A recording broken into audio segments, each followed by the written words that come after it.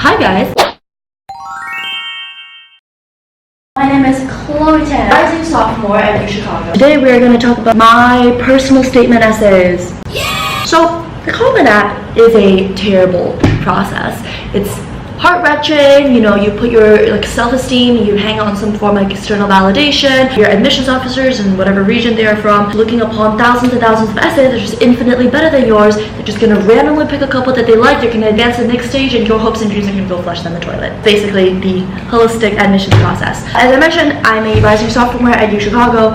I, however, was going to apply to 13 plus schools, but I did get accepted early to Chicago. And so today I'm just going to be sharing my personal statements. I'm going to go over kind of my brainstorming process, how I picked them. I got rid of a bunch of, in my opinion, amazing personal statement ideas before I settled on these two.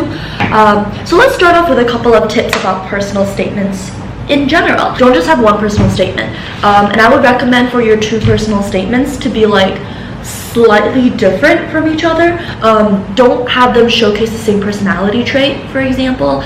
For those of you who don't know, a personal statement is usually around 650 words. I would say just write two essays that you think are super representative of yourself, and they're both around 650 words.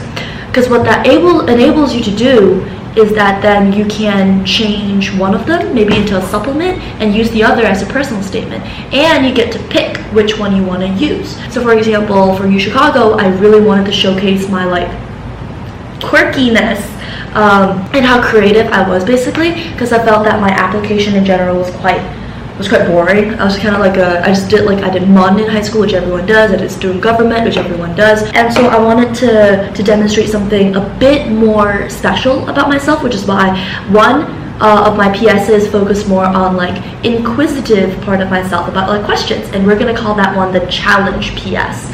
And the second one focused more on my love of literature and writing, and we're gonna call that the writing PS. So the one I submitted for Uchicago as my PS is actually my challenge PS. So this video we're gonna focus on my challenge PS. That is the one I submitted as my Uchicago personal statement. But I'm gonna be talking about the other one in my next video in my college admission series. So be sure to subscribe to check that out. Oh my god, I'm just pulling this up again. So the whole idea behind this PS was that I really wanted to showcase this part of myself that was very I will ask questions no matter what the scenario. I'm extremely inquisitive, had a thirst for knowledge, a type A, basically, a very on attitude about everything in the world. And I used a couple of cases to showcase that. So that's the next thing I want to talk about PS writing in general, which is I personally really like to avoid J-curve essays. And what J-curve essays are basically essays that start off I have some sort of problem or some sort of bad thing that happens, and then these are all my the obstacles that are in my way, and then something happens. Either I meet someone cool, or I conversation with my mom, or I look at the sky, or whatever, right? Something happens, and then suddenly you fix your whatever problem, everything is amazing, you decided that you want to expand this trait upon yourself, and then done. So it's a J curve, right? You're something bad, you hit something bad, okay, oh, something good happens, and now you go all the way up. I would much rather talk about a certain trait of myself that just kind of exists, and then exemplify that through different smaller stories or events, at least for personal statements. That's the structure I like to go. So I started off my personal statement with a little funny story about myself, which kind of demonstrates how straightforward I was, and then I moved on to talk a little bit about my personal household, and then I moved on to talk about two incidents, mainly from the GYALS conference, which is amazing. They select 25 young women, 60 international, 9 from Chicago, and basically they fly you in, it's all paid for, and they show you around the city, and they show you amazing people. And then after that I kind of tied it into my application, so my Common App. My language is pretty flowery. Usually it's pretty imagery filled, it's kind of fluffy. I try to not make it fluffy, but I use bigger words, I have longer sentences, all of that stuff. But for my personal statement, I really wanted to trim it down, because I knew that one, if you haven't watched my Why Uchicago essay, which you should, it's quite fluffy, it's very creative, and then my Uchicago Uncommon essay was also going to be kind of fluffy. And so this essay was more straightforward, streamlined, my language was a lot more clear. Alright, now on to the fun part where I read out my essay. I'm going to be reading out parts of it, and then analyzing it, and then reading out parts of it, and analyzing it again. Cool. So I thought a change of perspectives would be a bit more up close and personal. Disclaimer, just because I wrote it this way doesn't mean you'll get into Uchicago if you wrote it this way. It's a holistic application, etc, etc. It was heavily edited, like it's very different from my first draft. I edited it myself afterwards, and I think I kept in mind, you know, this is a college essay, you have to like showcase parts of yourself, and so yeah, hope you enjoy it. I set my cafeteria tray down in front of my buddy. What is ketchup? Tomato sauce? And which part of the tomato does ketchup come from? She paused and pondered this for a moment, then shrugged. I dipped the fry in ketchup and cleared my throat. With an unwarranted degree of middle school mischief, I declared, when a tomato plant grows, the fruit consists of enlarged ovules located at the base of the flower. Confused eyebrows. Thus, ketchup is crushed tomato ovaries. Pause. She spat out her fry, and I cackled in gratuitous pride. Would you like some tomato ovaries with that, Katie? I almost reveled in the glory of causing waves of oh my god and contorted faces of vague disgust, often proposing a different perspective about something conclusively garden variety. I wanted to be more, you know, like quirky, fun, because towards the end it like becomes a little bit more serious.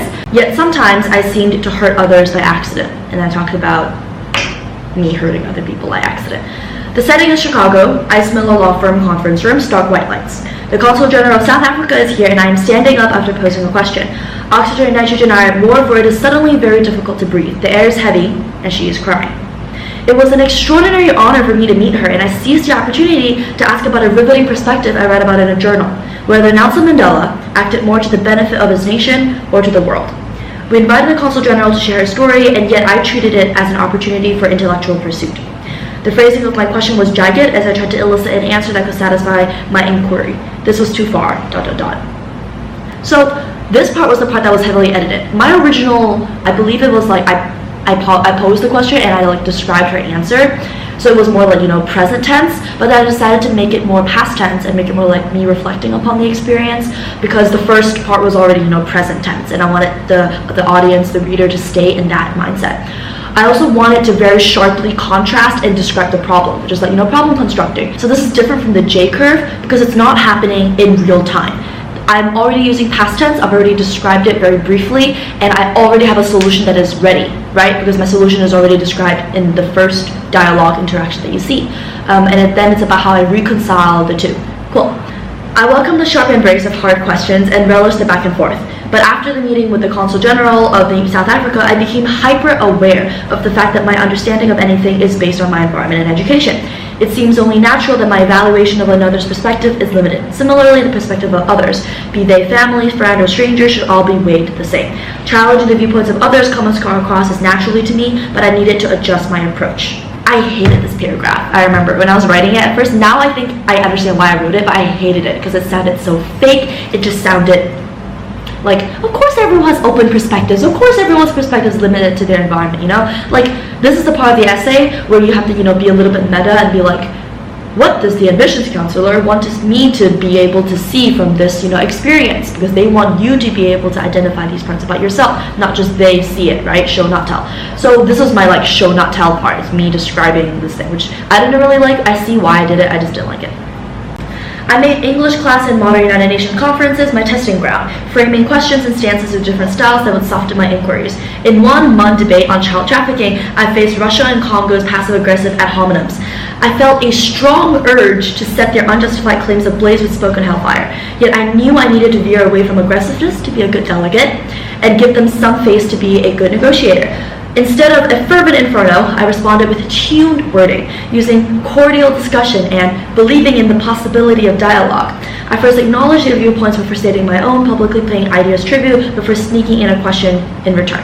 So this is my, like, this is how I resolved it in the past kind of thing. I also tied it to MUN because I believe in my other supplement, I didn't talk about MUN at all. In fact, I don't talk about MUN in any of my supplements or any of my writing. It was only in this, like, personal statement because I thought it was intrinsic enough to my, like, being. Also, side note, MUN was my second listed Common App activity. The first one was student government, and so I wanted to just highlight that a little bit because student government is quite self-explanatory, I feel like. Alright, this is my last paragraph. We are told to look upwards and break the glass ceiling, but I insist on examining the pieces that fall. During the process, I sometimes accidentally cut others. I'm now engaged in a perpetual pursuit of understanding what a situation entails, adjusting a facial expression, a tone, a turn of phrase, not to be fake, but rather to convey my true thoughts. Like my search for new perspectives, the pieces of glass sometimes absorb light, other times partially refract it, and it radiates beautifully. My job is to keep asking. That's basically my personal statement. Thoughts. I hate my language in this personal statement. This is not the way I write at all. My sentences sound very clipped to me. They sound very short. They sound very curt. But that's also part of the reason why I wrote it this way, because my whole topic content is about being straightforward. So I wanted my language to mirror that, and I demonstrated fully how I could write flowery, beautiful, truly just different language in my other essay. I really want to stress that this is a holistic process, not in terms of oh, I gotta do something good in music and have good grades and all of this stuff. No, it's about the kind of person that you holistically portray to the admissions officers. And so I really considered what would my PS plus my Y essay plus my uncommon essay plus my common app plus my stats look like. And I wanted to make sure that I looked like a different person, but still like one person, cohesive, one person. Cool. If you guys think my videos are useful, go ahead, subscribe, check out my other videos. I'll be posting more about the US Common App, because honestly, college apps is a hard time, and this is something I'm honestly quite passionate about. If you have any more questions about the Common App so far, or about the personal statement, feel free to leave a comment down below, and I'll see you guys next week.